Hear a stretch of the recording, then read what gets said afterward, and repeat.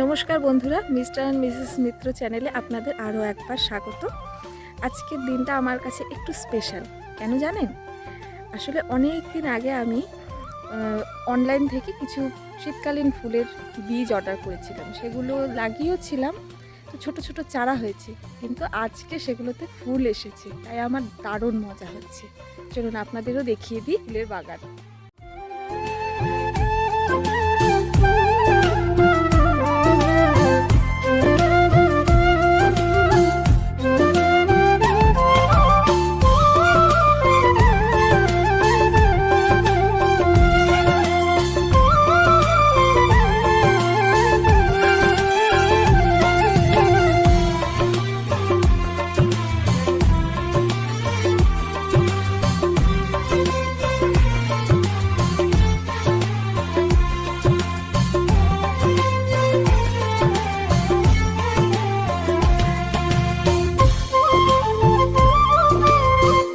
রোদটা কিন্তু আজকে দারুণ উঠেছে, তাই আগে চটপট করে কয়েকটা জামা কাপড় ধুয়ে নিলাম। জামা কাপড়গুলো অনেকদিন ধরে ধুবো ধুবো করছি, ধোয়া হচ্ছে না, কারণ রোদটা ঠিক মতো উঠছিল না, চারিদিকে শুধু কুয়াশা ছিল, ঠান্ডাটাও তো বেশ পড়েছে। তাই আজকে রোদটা দেখে আগেই সকাল সকাল ওর জন্য জামা কাপড়গুলো ধুয়ে নিলাম, কারণ পরে দেরি হয়ে গেলে জামা কাপড়গুলো আর শুকোতে চাইবে না। তাই আগে জামা কাপড়গুলো মেলে দিয়ে আসি, তারপর আপনাদেরকে নিয়ে একটু আমাদের বাড়ির চারপাশটা একটু ঘুরিয়ে নিয়ে আসবো। কারণ আমরা শীতের দিনে অনেক কিছুই লাগানো হয়েছে, খাবার জন্য অনেক চাষ করা হয়েছে, সেগুলো ভাবলাম আপনাদের সাথে একটু শেয়ার করি। আজকের কাজগুলো খুব তাড়াতাড়ি করেই করছি, কারণ কি আমি আজকে ননদের সাথে একটু কলেজে যাব। ও ওর কাজের জন্যই যাবে, ওর কিছু কাজ আছে, কলেজ থেকে ফোন করেছিল, ওকে কিছু কাজের জন্য যেতে বলেছে, তো সাথে বলছে আমাকেও যেতে। তাই ভাবলাম যে ও ওর কাজ করবে, আমার সাথে একটু ঘোরা হয়ে যাবে, তাই তাড়াতাড়ি করে কাজগুলো করছি। ওই যে দূরে আমার শাশুড়ি মা, আমার যা আর ঠাম্মা তিনজনে মিলে শাক তুলছে। আসলে শীতের দিনে আমাদের এখানে অনেক শাক হয়, যেগুলো চাষ করতে হয় না, ওগুলো এমনি হয়, আর খেতেও কিন্তু খুবই ভালো লাগে। চারপাশটা দেখেছো আজকে কত সুন্দর রোদ উঠে গেছে। তো বলতে বলতে আমার কাপড় নাড়া হয়েই গেল, এই আর কয়েকটাই আছে হাতে, এগুলো নেড়ে তারপর তোমাদের সাথে একটু চারপাশটা ঘুরিয়ে দেখাবো। আমরা শীতের দিনে অনেক কিছুই চাষ করি, যেমন আলু, মূলা, তারপর কপি, নানান রকমের ধনেপাতা, আরও অনেক কিছু, যা যাবতীয় জিনিস সব কিছুই আমরা চাষ করি। এই যে দেখছো, এগুলো হচ্ছে দেশি আলু বলে, ছোট ছোট লাল লাল দেশি আলু লাগানো হয়। এগুলোই কিছুদিন পরে, গাছগুলো এখন খুব সুন্দর হয়েছে, এগুলো থেকেই পরে আলু তোলা হবে, তখন সেটাও আপনাদের সাথে শেয়ার করব। এগুলো হচ্ছে লাল মূলো, লাল মূলো আছে, আবার সাদা মূলো আছে, এগুলোকে বলে দেশি মূলো। আবার সামনে রাই শাক লাগানো হয়েছে, এগুলোকে বলে রাই শাক, এগুলো শাকও খাওয়া যায়, আবার বড়া বানিয়ে খেলেও খুবই ভালো লাগে খেতে। তারপরে আরও অনেক কিছুই লাগানো হয়েছে, এগুলো জল দেওয়া হয়েছে, তার জন্য এত সুন্দর হয়েছে। এগুলো দেখেছেন, এগুলো হচ্ছে পালং শাক। পালং শাক কিন্তু মাছের মাথা দিয়ে খেতে খুবই ভালো লাগে। আপনারাও জানেন যে পালং শাকে অনেক ভিটামিন থাকে, প্রচুর পরিমাণে প্রোটিন থাকে, তাই পালং শাক শীতের দিনে খেতে খুবই ভালো লাগে। আর এগুলো হচ্ছে ওলকপি, বাঁধাকপিও আছে, ফুলকপিও আছে, আবার ওলকপিও আছে। আসলে বাঁধাকপি আর ফুলকপিটা একটু পরে লাগানো হয়েছে, তাই জন্য সেগুলো ভালো এখনো হয়নি। আর এগুলো হচ্ছে ছোট ছোট বেগুনের চারা। আমরা আসলে অল্প স্বল্প করে সব কিছুই লাগিয়েছি, বিক্রি করার জন্য না, আর এগুলো হচ্ছে খাবার জন্য। খাবার জিনিসটা যদি নিজের বাড়িতে হয়, আর সেগুলোর কিন্তু মজাই আলাদা থাকে, নিজের গাছ থেকে তুলে তুলে খেতে। এগুলো দেখেছেন, এগুলো হচ্ছে শশা। শশা গাছে কি সুন্দর হলুদ হলুদ ছোট ছোট ফুল ধরেছে, দেখে কিন্তু ভীষণ মজা লাগছে। আমি অনেক দিন পর এখানে আসলাম জিনিসগুলো দেখতে, জিনিসগুলো দেখতে আমারও বেশ ভালোই লাগছে। আর এটা হচ্ছে টমেটোর গাছ। অল্প অল্প করে বেশ সব কিছুই লাগানো হয়েছে। নিজের বাড়ির টমেটো খেতেও কিন্তু বেশ ভালো লাগে। দেখেছিলেন লাল মূলো, এগুলো হচ্ছে সাদা মূলো। সাদা মূলো কিন্তু অনেক বড় বড় হয়, মাটির নিচে প্রায় অনেকটাই থাকে। কোনো সময় জানেন কি হয়, আমরা তুলতে গিয়ে না অর্ধেকটা মাটির ভিতরেই থেকে যায়, সবটা তুলতেই পারি না। তো আর বেশি বক বক করলাম না, কারণ আমাকে তো আবার যেতে হবে আরেক জায়গায়, তাই রেডি হওয়ার জন্য আর বাড়িতেও কিছু টুকটাক কাজ আছে, সেগুলো সেরে তাড়াতাড়ি করে রেডি হব। বন্ধুরা তাড়াতাড়ি বাড়িতে চলে আসলাম, এসে টুকটাক কাজ সেরে এখন যাব স্নানে। স্নান টান সেরে রেডি হয়ে তারপর একবারে আপনাদের সাথে দেখা হচ্ছে। তাড়াতাড়ি করে স্নান করে একবারে রেডি হয়ে আপনাদের সামনে চলে আসলাম। আসলে অনেকটা লেট হয়ে গেছে, প্রায় 12টা বেজে গেছে। আমাদের যেহেতু হেঁটে মেন রোড পর্যন্ত যেতে হবে, তাই তাড়াতাড়ি করেই বেরিয়ে পড়ব। তো চলুন মেন রোডে গিয়ে আবার আপনাদের সাথে দেখা হচ্ছে।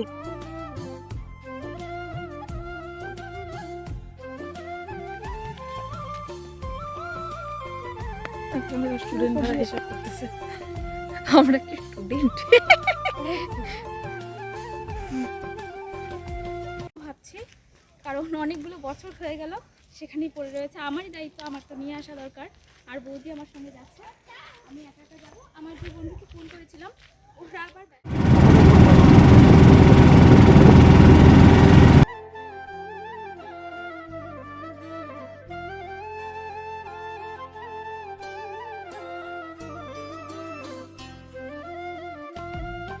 বন্ধুরা নেমে পড়লাম ফালাকাটায়। এখন যাব আমরা কোচবিহার স্ট্যান্ডে। সেখান থেকে কোচবিহারের গাড়িতেই উঠবো, কারণ ঘোকসাডাঙ্গা কোচবিহারের আগেই, তো কোচবিহারের গাড়িতে উঠলেই হয়ে যাবে। এখানে আপনারা দেখতে পারবেন অনেক কমলা লেবুর দোকান বসেছে, ফলের দোকানে অনেক কমলা লেবু আছে, কারণ আমাদের এখান থেকে ভুটান খুবই কাছে, তাই এখানে ভালো কমলা লেবু পাওয়া যায়, একদম ভুটানের টাটকা। তো চলুন গিয়ে বাসের অপেক্ষা করি। উঠে পড়লাম বাসে, বাস এখনই ছেড়ে দেবে। বাসে উঠে আমার খুব গরম লাগছিল, শীতের দিনেও ঘামছিলাম। এই তো বাসটা ছেড়ে দিল, এখন একটু হাওয়া আসবে, বেশ আরাম লাগবে। বাসে উঠে দুজনে খুব গল্প করছিলাম, বেশ ভালো লাগছিল, মজা হচ্ছিল অনেক। আজকের দিনটা সারাটা দিন একটু ঘুরে ভালোই লাগছিল। আমি এর আগে কোচবিহার অনেকবার গেছি, কিন্তু এই কোচবিহারের আগে এই ঘোকসাডাঙ্গায় আমার নামা হয়, কারণ এখানে আজকে আমি প্রথমবারই যাচ্ছি, তাই অনেকটা এক্সাইটেড।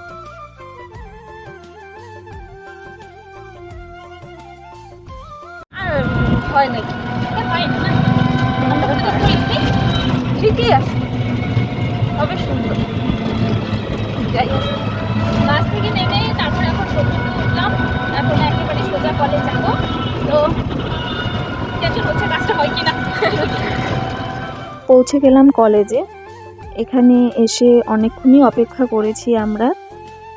ওখান থেকে অপেক্ষা করার পরে বলল যে কাজটা হবে না, তাই আমার ননদের বেশ মন খারাপ হয়ে গেছে, কারণ বাড়ি থেকে এতটা দূর এতটা জার্নি করে আসার পর যদি কাজটা না হয় তাহলে নিশ্চয়ই খুব খারাপ লাগবে।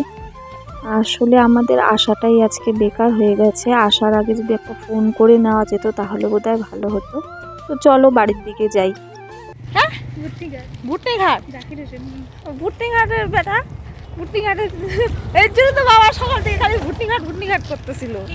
টোটোতে উঠে পড়লাম। টোটোতে উঠে যাওয়ার সময় একটা রেল গেট পড়ে, সেখানে দূর থেকে দেখছি যে ট্রেন যাচ্ছে। এখানে অনেকক্ষণ দাঁড়াতে হবে, একটা ট্রেন না প্রায় দুটো ট্রেনই যাবে। একটা ট্রেন গেল, এখন ওপাশ থেকে আরেকটা ট্রেন আসবে, তাই ট্রেনের অপেক্ষা করছিলাম বসে বসে অনেকক্ষণ। এই তো বলতে বলতে ট্রেন চলেই আসলো। আগেরটা প্যাসেঞ্জার ট্রেন হলো, এটা কিন্তু প্যাসেঞ্জার ট্রেন না, এটা একটা মাল ট্রেন। তো ট্রেনটা গেলে আবার আমরা গিয়ে বাসের অপেক্ষা করব, বাসে উঠে তারপর ফালাকাটা যাব, ফালাকাটা থেকে তারপর আবার আমাদের বাড়ির এখানে হেলা কদমে নামতে হবে, নেমে আবার হেঁটে হেঁটে অনেকটা দূর যেতে হবে। আজকে আমাদের পুরোটাই জার্নি করতে হবে, প্রচণ্ড ক্লান্ত হয়ে গেছি এখনই। তো দেখা যাক আরও কি করি, আর খিদেও পেয়ে গেছে প্রচুর। ফালাকাটায় নেমে আমরা দুজনেই ভাবলাম যে আগে কিছু একটা খেয়ে নিই, তাই একটি হোটেলে এসে বসে পড়লাম। কি আর খাবো, তাই দুজনেই 2 প্লেট বিরিয়ানি অর্ডার করলাম, আর কৌশিকের জন্য একটা প্যাকেটে নিয়ে নেব। অনেকক্ষণ ধরে বসেছিলাম কারণ বিরিয়ানিটা রেডি হবে, তারপর এখানে দেবে। অনেকটাই বসেছিলাম, বসে বসে বোর হয়ে যাচ্ছিলাম, তো শেষমেশ বিরিয়ানিটা চলে আসলো। এখন আমরা মজা করে আগে বিরিয়ানি খাবো, তারপর আরেকবার বাড়ির দিকে রওনা দেব। তো আগে খেয়ে নিই, তারপর আপনাদের সাথে কথা হবে।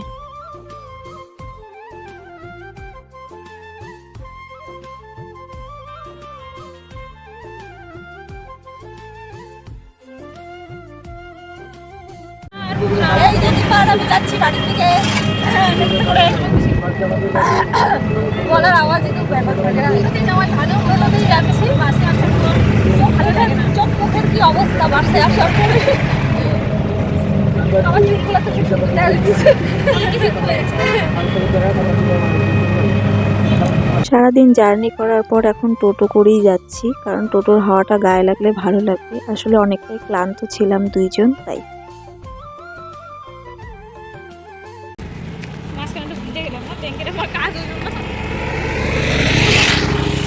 এত দূর কলেজে গিয়ে সারাটা দিন কাটানোর পরেও যখন কাজটা হলো না, তাই ওর খুব মনটা খারাপ করছিল। মন খারাপ করে বাড়িতে চলে এসেছি।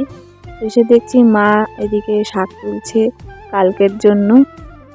যেহেতু এখন বিকাল হয়ে গেছে, তাই আজকেই তুলে রাখছে, কালকে সকালবেলা যদি তোলার সময় না পায়, তাই জন্য।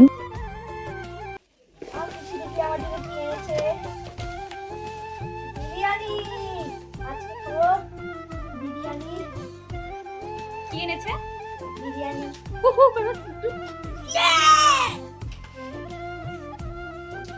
নিচে বসবা নাকি?